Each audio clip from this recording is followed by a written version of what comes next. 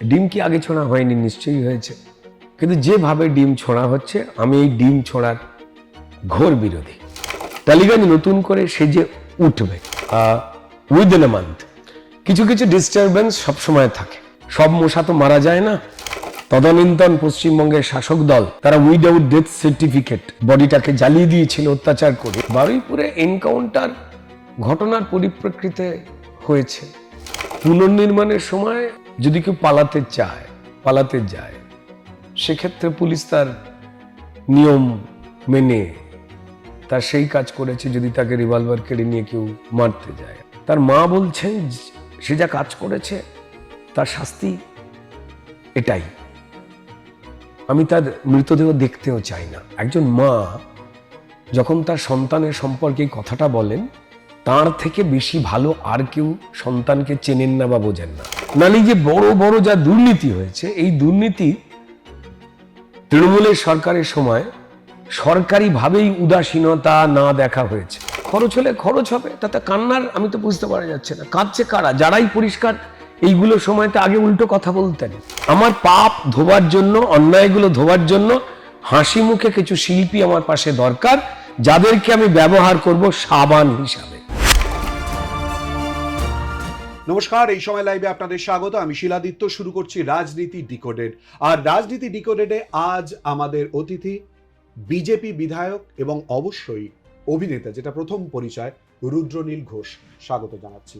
রুদ্র, নতুন দায়িত্ব, নতুন কাজ, কেমন লাগছে আপনার? ভালো লাগছে। আর ভালো লাগা মানে হচ্ছে যে ওই এতগুলো মানুষ তারা যেভাবে প্রতারিত হয়েছেন, এবং আমার দেশের নাগরিক, আমার রাজ্যের যারা নাগরিক রয়েছেন, তারা নাগরিকের সম্মানটাই পেতে পারেননি। এমন একটা সিস্টেম কন্টিনিউয়াস প্রসেসে রান করছিল। তাদের একটা হিউজ প্রত্যাশা তৈরি হয়েছে, যেটাও বেশ কঠিন। তারা ম্যাজিক্যালি চাইছেন অনেকেই যে যত সমস্যা এতগুলো বছর ধরে যেভাবে তারা নিপীড়িত হয়েছিলেন, অসম্মানিত হয়েছিলেন, আমি একদম দলমত নির্বিশেষেই বলছি, নাগরিক তো তিনি নাগরিক, তারা চাইছেন দ্রুত যন্ত্রণা মুক্তি ঘটে যাক সব দিক থেকে, যেটা মানে ঈশ্বর ছাড়া তো আর কেউ পারেন না।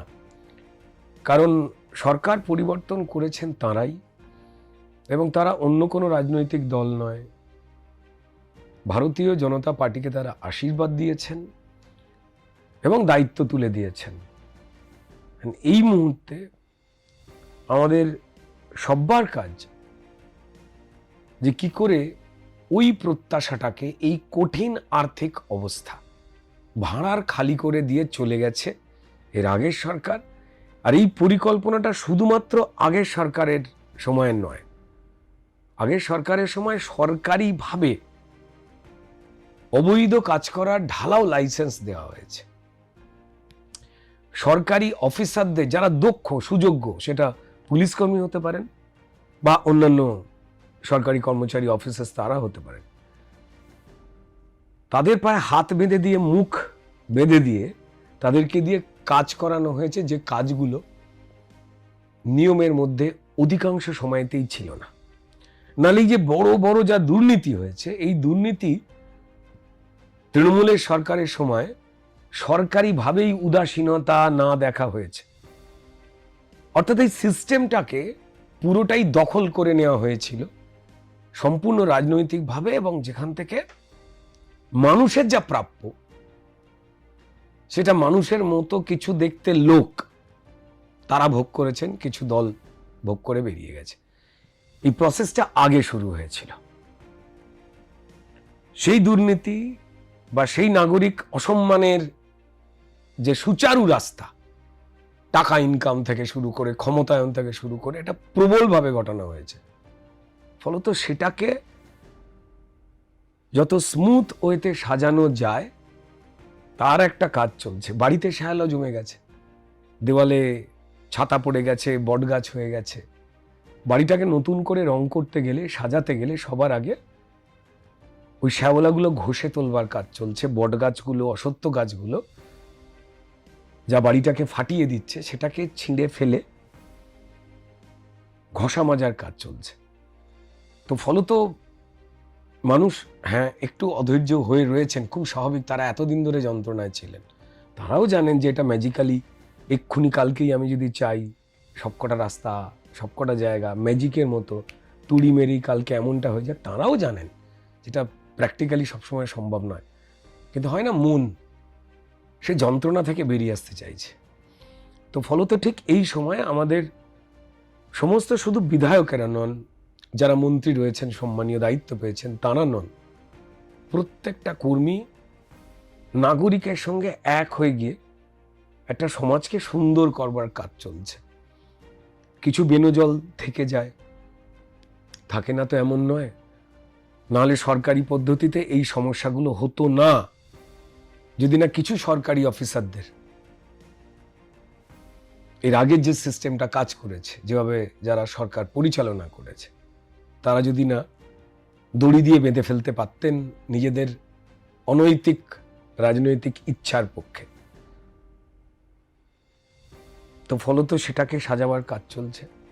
অ্যান্ড মানুষ এটাও বুঝতে পারছেন যেভাবে একের পর এক আমাদের এই সরকার, সম্মানীয় মুখ্যমন্ত্রী যেভাবে অনেকগুলো পরিস্থিতিকে ঠান্ডা করার চেষ্টা করছেন, গুছোবার চেষ্টা করছেন, কড়া হাতে একটা নিয়মকে, এই যে শাসকের আইন থেকে সরে গিয়ে আইনের শাসন আনবার যে পরিবেশটা তৈরি করছেন, তাতে ভয়ঙ্কর যে পরিশ্রম ঘটছে এই সময়, এটা মানুষ কিন্তু নিজেরাও জানেন। ডেফিনেটলি অপোজিশন কিছু দল থাকে, তারা হুজ্জুতি করবে, মানুষকে গুলিয়ে দেবার চেষ্টা করবে। আমাদের শুধু একটাই কথা, রাজনৈতিক মতানৈক্য 100 বার থাকবে, রাজনৈতিক লড়াই অবশ্যই থাকবে, কিন্তু এমন দয়া করে কোনো কিছু করবেন না যেটাতে এই সমাজটাকে সাজাবার জায়গায় আবার ঘেঁটে দেওয়া হয়। এমন কিছুর সঙ্গে প্লিজ থাকবেন না, বা এমন কিছু মিথ্যে তৈরি করবেন না যা আমাদের এই রাজ্যের নাগরিকদের যে মানসিক স্থিরতা আসার জায়গা, সেটা ঘেঁটে দেওয়া হয়।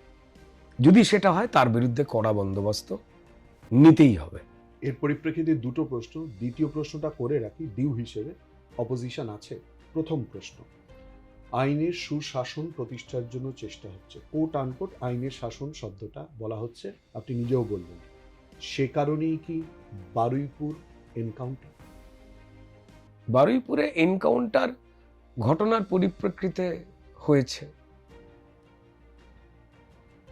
পুনর্নির্মাণের সময় যদি কেউ পালাতে যায়, সেক্ষেত্রে পুলিশ তার নিয়ম মেনে তার সেই কাজ করেছে। যদি তাকে রিভলভার কেড়ে নিয়ে কেউ মারতে যায়, আমরা যদি খুব ভালো করে একটা জিনিস দেখি, একটা অদ্ভুত একটা পরিবেশ তৈরি করার চেষ্টা হচ্ছে, একটা ন্যারেটিভ তৈরি করার চেষ্টা, এবং এই ক্ষেত্রে বামেরা বরাবরই এই ভূমিকাটা নেয়। দুর্ভাগ্যজনক যে ইনসিডেন্ট ঘটেছে, সেই ইনসিডেন্টে যারা যারা জড়িয়ে এর আগে কখনো যেটা দেখেনি, তৎক্ষণাতে কিন্তু যারা যারা মূল, অতি দ্রুততার সঙ্গে তাদেরকে গ্রিপে নিয়ে আসা গেছে, ধরা পড়েছে। এটার সঙ্গে যিনি জড়িয়ে, যার সঙ্গে ওই বাচ্চা শিশুটিকে দেখতে পাওয়া গেছিল, সমস্ত কিছু সিসিটিভি হয়ে গেছে। যার পরিবার অব্দি এই ঘটনাতে বলেছে, তার মা এবং তার স্ত্রী বলছেন যে এই ভদ্রলোক যার মৃত্যু ঘটেছে, তিনি কতটা মানসিক বিকৃতির কে নিয়ে চলতেন। তার মা বলছেন সে যা কাজ করেছে তার শাস্তি এটাই। আমি তার মৃতদেহ দেখতেও চাই না। একজন মা যখন তার সন্তানের সম্পর্কে এই কথাটা বলেন, তার থেকে বেশি ভালো আর কেউ সন্তানকে চেনেন না বা বোঝেন না। না কোনো রাজনৈতিক দল, না কোনো সরকার, না কেউ, মা। এবং তারা অত্যন্ত সহজ সরল জীবন যাপন করা একজন মানুষ, যারা পেঁচ গোছের মধ্যে থাকেন না, না রাজনৈতিক অভিপ্রায়, না বিরাট বড় কোনো ভাবনা, কাল আমি এই হয়ে যাব সেই হয়ে যাব, তাঁরা। এবং এই যে ভদ্রলোক মারা গেলেন, তাঁর ওয়াইফ তিনি তাঁর স্বভাব চরিত্র সম্পর্কে স্পষ্ট কথাও বলেছেন।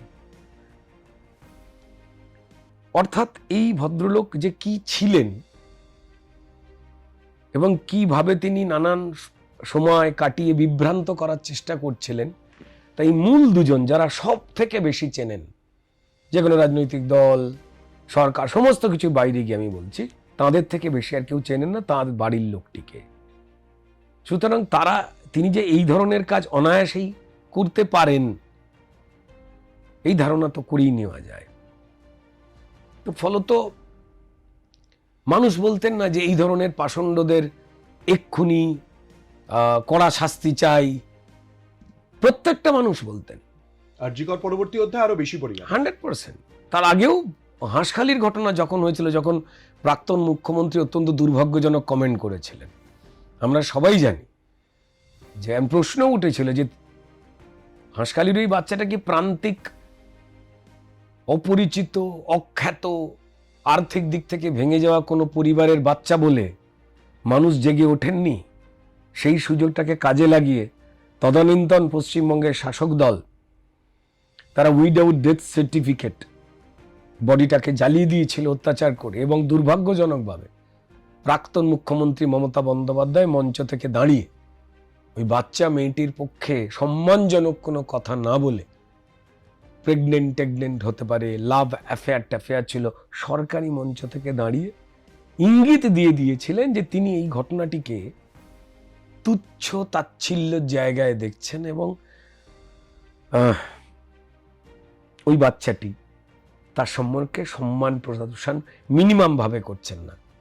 আমি মহিলা মুখ্যমন্ত্রী, পুরুষ মুখ্যমন্ত্রী, আমি এই দিকে যাচ্ছি না। ওটা একটা চেয়ার, তার একটা গরিমা আছে, তার একটা দায়িত্ব আছে। তো ওই সময়তে যাই হোক না কেন, আজ যা ঘটছে, মানুষ যেভাবে জেগে উঠেছেন আরজিকরের সময় থেকে, এটা হলে ভালো হতো, তারপরের হয়তো ঘটনাগুলো ঘটতো না। কিন্তু সেই সময় কড়া শাস্তি, দেনেনদের আমরা শাস্তি চাই, না হলে বিভিন্ন রকম অজুহাতে তারা আইনের ফাঁক খুঁজে কি করে বেঁচে যাবে, সিস্টেমটাকে ঝুলিয়ে দেবে, তার একটা প্রক্রিয়া বহুদিন ধরে টেনে যায়, এ আমরা দেখেছি। এবং তাতে সমাজের মহিলাদের একটা বড় অংশ, তারা পরিষ্কার ইমিডিয়েট সলিউশনের জায়গা দেখতে চেয়েছিলেন, চান, যাতে পরবর্তী ক্ষেত্রে কেউ না এই ধরনের ঘটনা দ্বিতীয়বার করবার সাহস পায়। এ তো আমরা বারবার শুনেছি। এটা খরচ হলে খরচ, কিছু করার নেই। যদি কেউ পরিষ্কার নিয়ম না মানে, খরচ হলে খরচ হবে। তাতে কান্নার আমি তো বুঝতে পারা যাচ্ছে না, কাঁদছে কারা? যারাই পরিষ্কার এইগুলো সময়তে আগে উল্টো কথা বলতেন। খুব অদ্ভুত। আপনি যদি সকালবেলা ঘুম থেকে ওঠেন, তখন আপনাকে কিছু লোক প্রশ্ন করছে, আচ্ছা আপনি এত তাড়াতাড়ি উঠছেন কেন? আবার যদি দেরিকে ঘুম থেকে ওঠেন, তখন এসে বলছে আপনি তো ঘুম থেকে ওঠেনই না। তো এই বিষয়ের মধ্যে একটা দ্বিচারিতা রয়েছে। বামেদের এই মুহূর্তে মনে হয়েছে তাদের বেঁচে উঠতে হবে,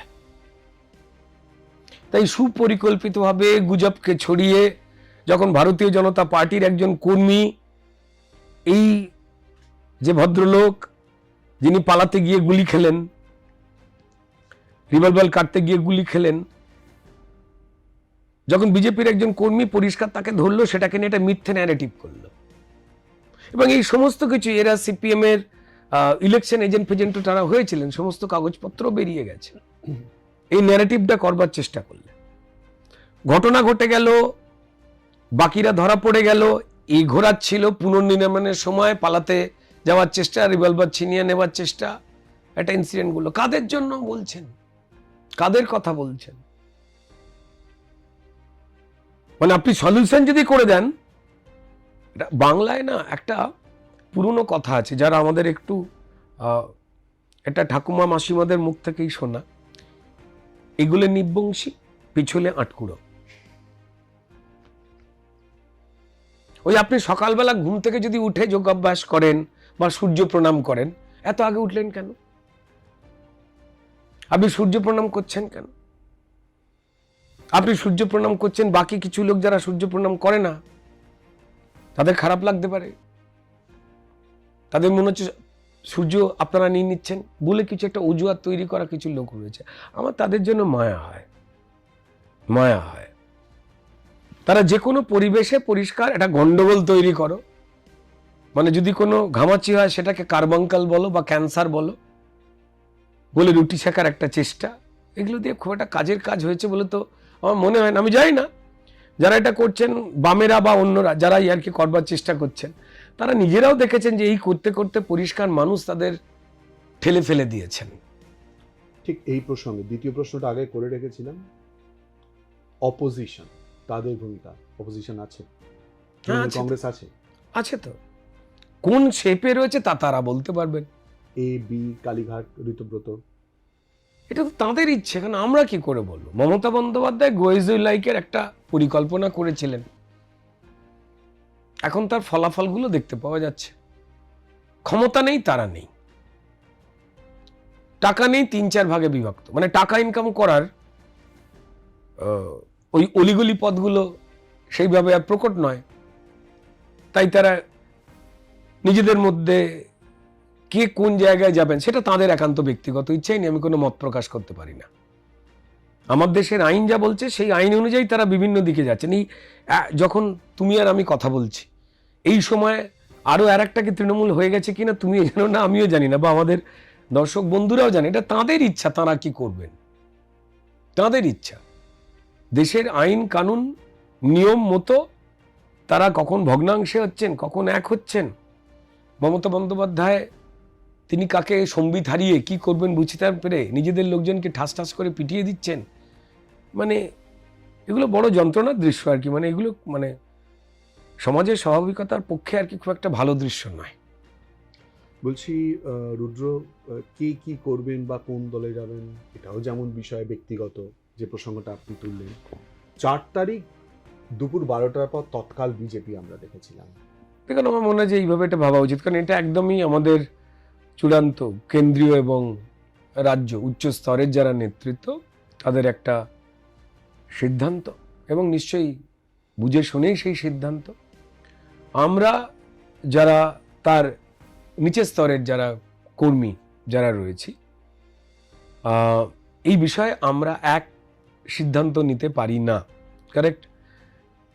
এটাও যেটা খুব ইন্টারেস্টিং ওয়েতে দেখবার, যে 3 জনকে দেখা গেছে কেউই, কোনো ব্যক্তি, তারা এই 3 জন সম্পর্কে, সমাজ বা কোনো মানুষ সম্পর্কে এরা কোনোদিন কোনো খারাপ কাজের সঙ্গে জড়িয়ে ছিলেন বা সমর্থন করেছিলেন বা কোনোদিন কোনো খারাপটুকু ভেবেওছেন বা বলেছেন, এমনটা তাদের থেকে দেখতে পাওয়া যায়নি, কোনোদিনও না। অত্যন্ত স্বচ্ছ, স্পষ্ট, এবং তাদের বহু বিষয়ে কথা যা তাদের থেকে জানতে পারা গেছে, মানুষ শুনেছেন, সেটা তাদের দলই অনেক সময় সমর্থন করেননি, এবং তাদেরকে বারবার স্পষ্ট বা ঠিক বা সত্যি কথা বলবার জন্য তাদের আঘাত পেতে হয়েছে, আমরা দেখেছি। এরা ভালো নাকি, আমার কাছে এ ধরনের কোনো পরিভাষা নেই। জীবনমুখী গানটা যেমন কোনো শিল্পী তৈরি করে দেননি, এটা বেশ কিছু মানুষ তারা নিজেরা তৈরি করেছেন। ঠিক তেমন কে ভালো, কে আলো, কে গেল, কে এলো, এটা একদমই একটা বাজারের তৈরি করা একটা নিজস্ব একটা শব্দ। এটা তাদের শব্দবন্ধ হতে পারে। ভারতীয় রাজনীতির নিয়ম অনুযায়ী, আইন অনুযায়ী পরিষ্কার বেআইনি কোনো কাজ না হলেই হলো। রাজনীতি থেকে একটুখানি রুদ্রনীল ঘোষ, যে কারণে রুদ্রনীল ঘোষ সেই জগতে আসতে হবে, যদিও রাজনীতি সম্পৃক্ত হয়ে রয়েছে। টালিগঞ্জ ইন্ডাস্ট্রি, যেখান থেকে রুদ্রনীল ঘোষের উত্থান, আরেকটু রেকটিফাই করে দেওয়া উচিত, নাটক থেকে উত্থান, সেই জায়গা থেকে যে পলিটিক্সের শিকার অনেকে হয়েছিল, রুদ্রনীল ঘোষকে আরো বেশি পরিমাণে হতে হয়েছিল। আমি যদি ভুল বলি আমায় সংশোধন করে দেওয়ার অনুরোধ থাকলো। একটা সময় বোধহয় কাজ সম্পূর্ণ হারা, কাজ করতে দেয়া হয়নি বিশ্বাস ব্রাদার্সের অত্যাচারে। আজকে সেই জায়গায় টালিগঞ্জ হাঁপ ছেড়ে বাঁচলো, রুদ্রনীল ঘোষকে কি ভূমিকায় দেখা যাবে? দুটো প্রশ্ন করেছে। প্রথম হচ্ছে যে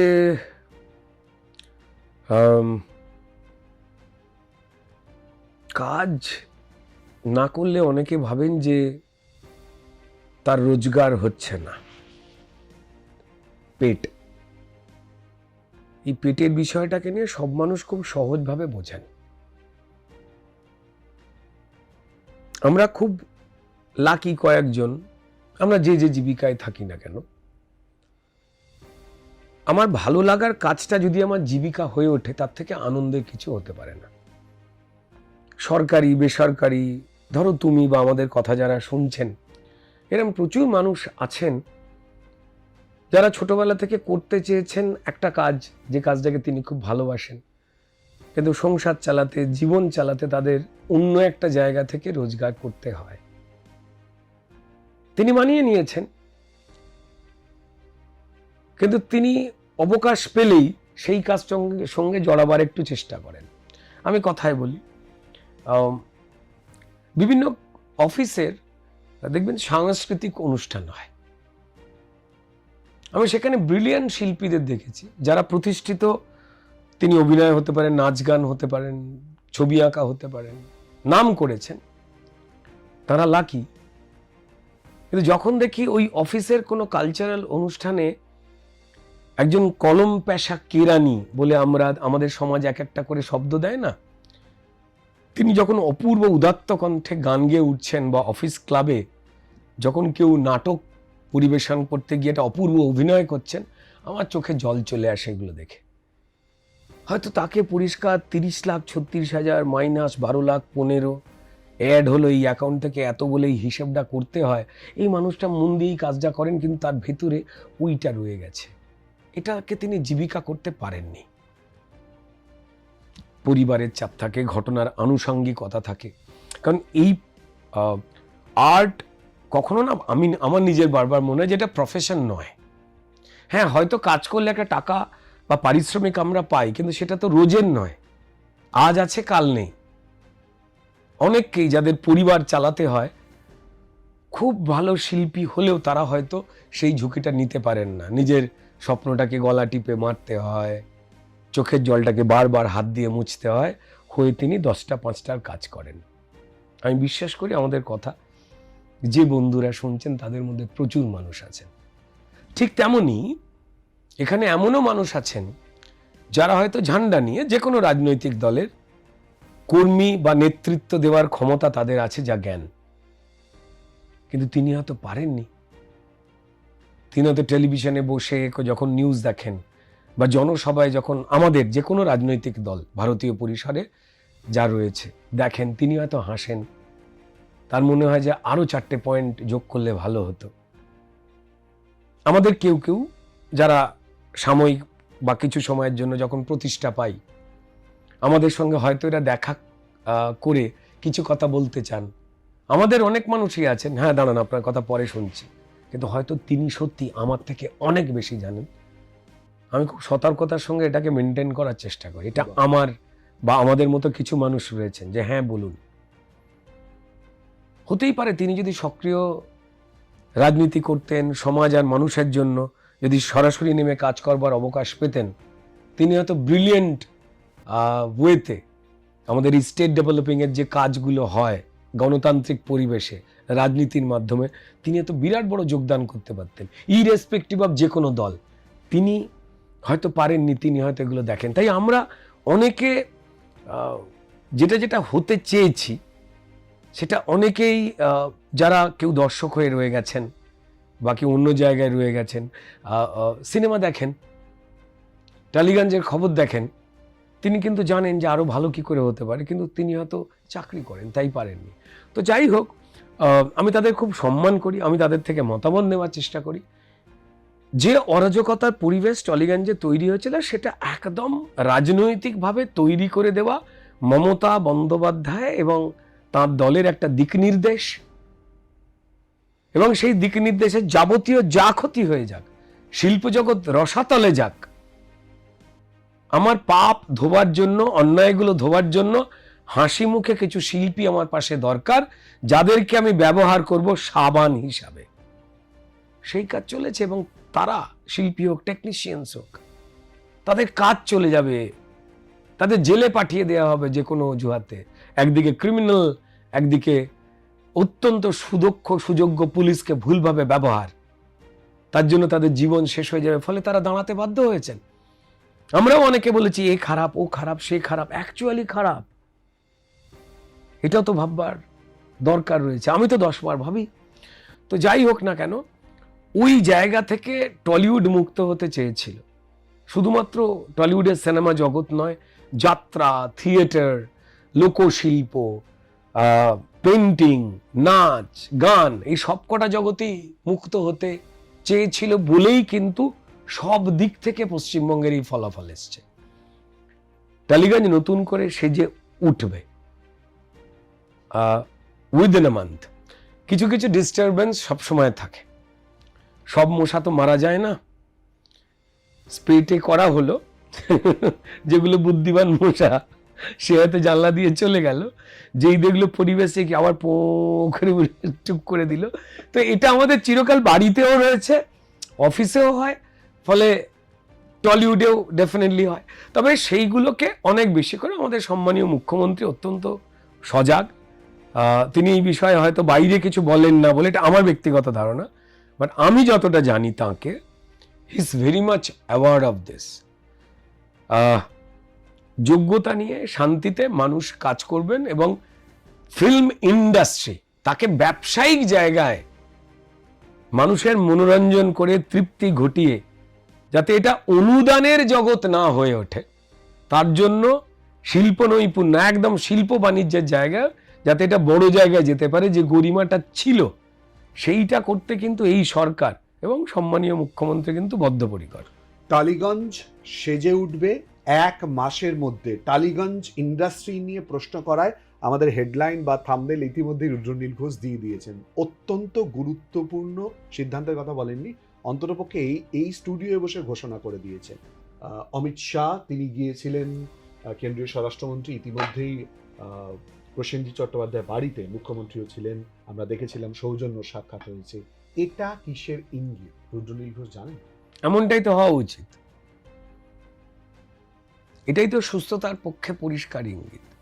সম্মানীয় আমাদের প্রিয় নেতা, সর্বভারতীয় ক্ষেত্রে যার গুরুত্ব যথেষ্ট রকমের, তা সবাই জানেন। গৃহমন্ত্রী আমার দেশের, স্বরাষ্ট্রমন্ত্রী তিনি, একজন শিল্পীর কাছে তিনি পৌঁছলেন, তার সঙ্গে আমাদের সম্মানীয় মুখ্যমন্ত্রী তিনিও পৌঁছলেন। এইটুকু বলতে পারি যে প্রসেনজিৎ চ্যাটার্জির বরাবরেরই ভাবনা চিন্তা, মানে আমি বহু আগে একটা ইন্টারভিউতে বলেছিলাম যে আচ্ছা, আমরা স্নান করতে ঢুকি, বাথরুমে যাই, আমাদের খুব স্বাভাবিক জীবনের একটা অংশ বা কাজ হিসেবে। আমার নিজের বারবার মনে হয় যে উনি ওখানে গিয়েও ওই সারাদিন ধরে ওইটা ভাবছেন, কি করে ফিল্ম ইন্ডাস্ট্রি গ্রোথ হবে, কোনটা করলে ভালো হয়, কোনটাতে ফাঁক পড়ে গেছে, আচ্ছা ও একটু মাথা না গরম করলে ভালো হয়, একটু মাথা ঠান্ডা রাখলে ভালো হয়, তাহলে আমরা কি করে একসঙ্গে এগোবো, আমাদের এই ফেডারেশন গিল্ডের যে টেকনিশিয়ানসরা রয়েছে তাদের কি করলে ভালো হয়, আচ্ছা প্রডিউসারদের যে অর্গানাইজেশন আছে ইম্পা, তারা একটু মাথা ঠান্ডা রেখে কিভাবে কাজ করলে আমাদের বাংলা সিনেমা অনেকগুলো হলে চলতে পারে। সারা দিন ধরে এইটার মাথায় লোকটার ঘুরতে থাকে। তো এহেন একজন মানুষ, আর বুম্বাদার মতো অভিজ্ঞ মানুষেরা, যেটা এই ইন্ডাস্ট্রির জন্য আরো অনেকে রয়েছেন, বুম্বাদা আমাদের কাছে পরিষ্কারই ভরসার জায়গাটা। ডেভেলপমেন্ট অফ এন্টারটেনমেন্ট, এই যে ইন্ডাস্ট্রি, মানুষের কাছে মনোরঞ্জন, আমাদের কাছে তো শ্রমিকের মতো কাজ। আমরা কেউ ক্যামেরার সামনে শ্রমিক, কেউ আমাদের ক্যামেরার পেছনে শ্রমিক, আমাদের টেকনিশিয়ান ভাইরা, আমরা একসঙ্গে কাজ না করলে কিচ্ছু হবে না। তো সেইটাকে জোড়বার ক্ষেত্রে নিশ্চয়ই কোনো কথা হতে পারে। এবং হ্যাঁ, একটা কথা নিশ্চয়ই হয়েছে, যেটা আমাকে বোম্বাদা বলেনি, কোনো জায়গাতে আমি খবর পাইনি, আমাদের মাথাতেও যেমন রয়েছে বোম্বাদার মাথাতেও তেমন ঘোরাঘুরি করছিল, যে জেলাগুলোতে না সিনেমা হলগুলো অপরিকল্পনার জন্য এর আগের সরকারে বন্ধ হয়ে গেছিল, উঠে গিয়েছিল। মানুষ সিনেমা দেখতে চান, ভালো ভালো সিনেমা। নিশ্চয়ই বোম্বাদা বলেছে যে, কারণ এটা সবার ভালোর জন্য। বহু জেলা রয়েছে সেখানে সঠিক অর্থে সিনেমা হল নেই। অন্তত ছোট ছোট যদি সিনেমা হল তৈরি করা যায় তাহলে একটা ব্যবসা, একটা কাজ, একটা রেভিনিউ আর্নিং সরকারের, একটা মাধ্যম যেখানে এত মানুষ কাজ করে, তারা বেঁচে থাকবেন। এটা আমার মন বলছে নিশ্চয়ই আলোচনা হয়েছে। Let's see. একটুখানি রাজনীতি এবং আপনার বিধানসভা কেন্দ্র বা বৃহত্তর হাওড়া মিউনিসিপ্যাল কর্পোরেশনের প্রশ্নে একটুখানি আসতেই হচ্ছে। একটু আগে মানে একদম ইন্টারভিউর শুরুতে কথা প্রসঙ্গে আপনার মুখ থেকেই বেরিয়ে এসেছে বেনো জল। তাহলে রুদ্রনীল ঘোষের কাছে এবং হাওড়া পুরসভার কাছে এই মুহূর্তে সব থেকে বড় চ্যালেঞ্জ জল জমা। এটা না খুব অদ্ভুত, মানে আমি তো ওই মাটির ছেলে, ফলে আমার নিজের কষ্ট হয়। প্রচুর লোক দেখলাম মাঝখানে লিখেছিলেন, আমি যখন এই বিষাক্ত ড্রেন পাকের জলগুলোতে নেমে ঘুরছিলাম, আপনি তো রাস্তা নেমে পড়েছিলেন, আমরা কালকে ড্রেন পরিষ্কার করতে গিয়ে একই ঘটনা ঘটেছে। জ্বর হয়েছে, সর্দি হ্যাঁ, হয়েছে, এখনো জলে নেমেছিলেন। এখনো রয়েছে জ্বর, এখনো রয়েছে, কিছু করার নেই। মানুষকে না মানুষ মনে করা হয়নি, নাগরিককে তার সম্মানটা মিনিমাম দেওয়া হয়নি। হ্যাঁ, কিছু কাজ বাকি থেকে যায়, ফাঁক থেকে যায়, এটা মেনে নেওয়া যায় যে কয়েকটা কাজ বাকি হয়তো পড়ে গেছে, সেটা ইচ্ছাকৃত হোক অনিচ্ছাকৃত হোক। কিন্তু এটা কি 2018 সাল থেকে 500 বছরের পুরনো শহর হাওড়া মিউনিসিপ্যাল কর্পোরেশন, যা অত্যন্ত বড় অতীত রয়েছে, সেখানে 18 সাল থেকে হাওড়া শহরে কোনো কাউন্সিলর নেই। আপনি ভাবতে পারেন কাউন্সিলর নেই মানে আপনার এগুলো যে ছোট ছোট শুনতে লাগা যে বড় কাজগুলো, যেখান থেকে বড় অসুখ জীবনটাকে বড় দুর্বিষহ করে দেবে, রাস্তার উপরে ভ্যাট ময়লা গড়াগড়ি খাচ্ছে, ড্রেনগুলো পরিষ্কার নেই বছরের পর বছর, মানে 2-1 বছর 3 বছর 5 বছর নয়, যাকে খুশি টেন্ডার দিয়ে দেওয়া, ওপর থেকে এরম করে দিয়ে চলে গেল দুবার। মানুষ বেরিয়ে এসে দেখছেন তারা ভুলে গিয়েছিলেন। আস্তে আস্তে সবকটা ওয়ার্ডই আমরা শুরু করেছি। জমা জলটাকে বার না করতে পারলে আপনি তো অন্য ধরনের ডেভেলপমেন্ট করতে পারবেন না। হ্যাঁ, এই সময় আমাদের একটাই অপোজিশন হাওড়াতে, সেটা হচ্ছে বৃষ্টি। অনেস্টলি অবৈধ উপায়ে নির্মাণ করে দেওয়া হয়েছে, সেখানে মানুষ ঢুকে পড়েছেন। এই সরকার এতটা খুব সহনীয় এবং অত্যন্ত বুদ্ধিমত্তার সঙ্গে চলতে চাইছেন, যেখানে কমন পিপল, যাদের কোনো দোষ নেই, একের পর এক অবৈধ নির্মাণ করে দেওয়া হয়েছে। সরকারি মেশিনারিকে অন্যায় বা ভুলভাবে ব্যবহার করেছিলেন মমতা বন্দ্যোপাধ্যায়। ড্রেন নেই, রাস্তার উপরে বাড়ি, সেখানে মধ্যবিত্ত মানুষ কষ্ট করে কোনো জায়গা থেকে লোন করে টাকা নিয়ে ঢুকে গেছেন। অবৈধ উপায়ে তৈরি হওয়া বাড়িগুলো তো ভাঙতে হবে, কিন্তু তারা কোথায় যাবে? সরকার অত্যন্ত মানবিক দিক দিয়ে ব্যালেন্স করে ভাবছেন যে কি করা যায়, পরিকল্পনা নেওয়া হচ্ছে। এবং এটা জেনে বেশ কিছু অসাধু ব্যবসায়ী, অসাধু প্রমোটার, সরকারি অফিসারদের একটা অংশ, যাদেরকে তৃণমূল সরাসরি প্রভাবিত করত, করে অন্যায় কাজ করতে বাধ্য করাতো। ওয়েটল্যান্ড আনন্দপুরে যে ঘটনা ঘটেছিল, সে তো সরকারি ভাবেই পরিষ্কার চোখ বন্ধ রেখে এই অন্যায়টা করবার জন্য তো মর্মান্তিক হত্যা, মানে হত্যালীলাই বলবো, যৌতুকগৃহ অনেকে বলছেন, আমি বলবো হত্যালীলা পরিকল্পিত। হাওড়ার ক্ষেত্রেও তাই। 500 বছরের পুরনো শহর, জলগুলো যেখান দিয়ে বেরোবে ওয়েটল্যান্ড, সেগুলোর নেচার পরিবর্তন করে সেখানে অবৈধ উপায়ে টাকা নিয়ে তৃণমূলের নেতারা পুকুর বুঝিয়ে বাড়ি বানিয়ে দিয়েছেন, মানুষ ঢুকে গেছে সেখানে। কিন্তু শহরটাকে তো পরিষ্কার করতে হবে। সম্মানীয় মুখ্যমন্ত্রী দারুণ একটা কাজ করেছেন,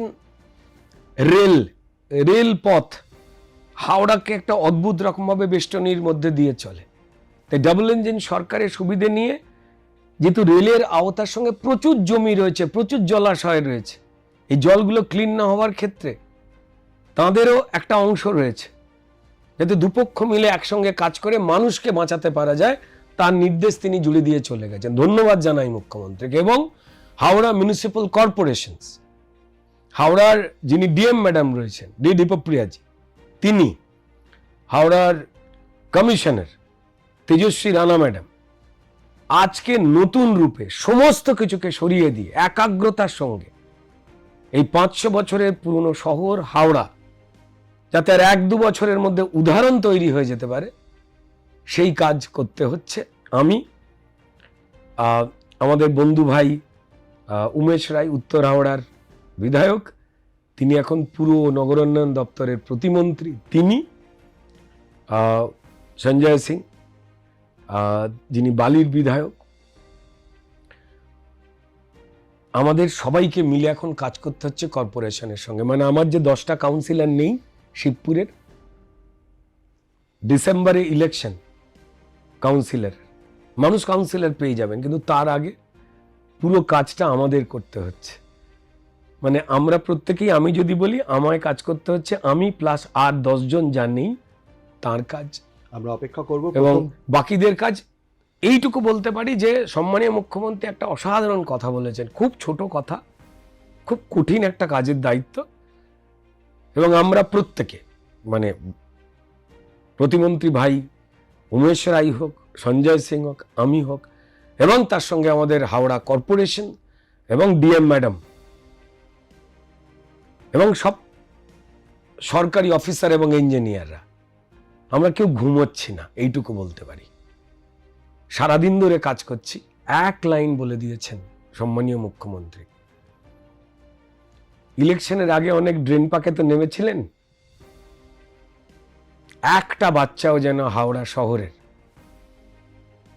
ওই চামড়ার জুতো আর মোজাটা পরে বাড়িতে না দাঁড়িয়ে চোখের জল ফেলে বা ভিজে মোজা নিয়ে স্কুলে যায়, এ দায়িত্ব আপনাদের।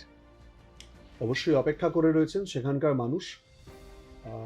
শেষ প্রশ্ন, সংক্ষিপ্ত উত্তর নেব। এক্ষেত্রে আরো একটা প্রশ্ন বাকি রয়েছে, আরো প্লিজ শেষ প্রশ্ন, সংক্ষিপ্ত উত্তর নেব। এক্ষেত্রে প্রথম প্রশাসনিক বৈঠক মুখ্যমন্ত্রী শুভেন্দু অধিকারী করেন হাওড়া, মেয়র কে হবেন?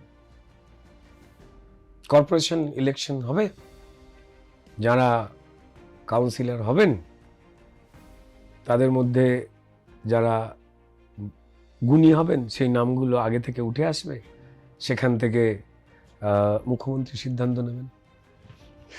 রুদ্রনীল ঘোষের কাছ থেকে এই উত্তরই প্রত্যাশিত ছিল।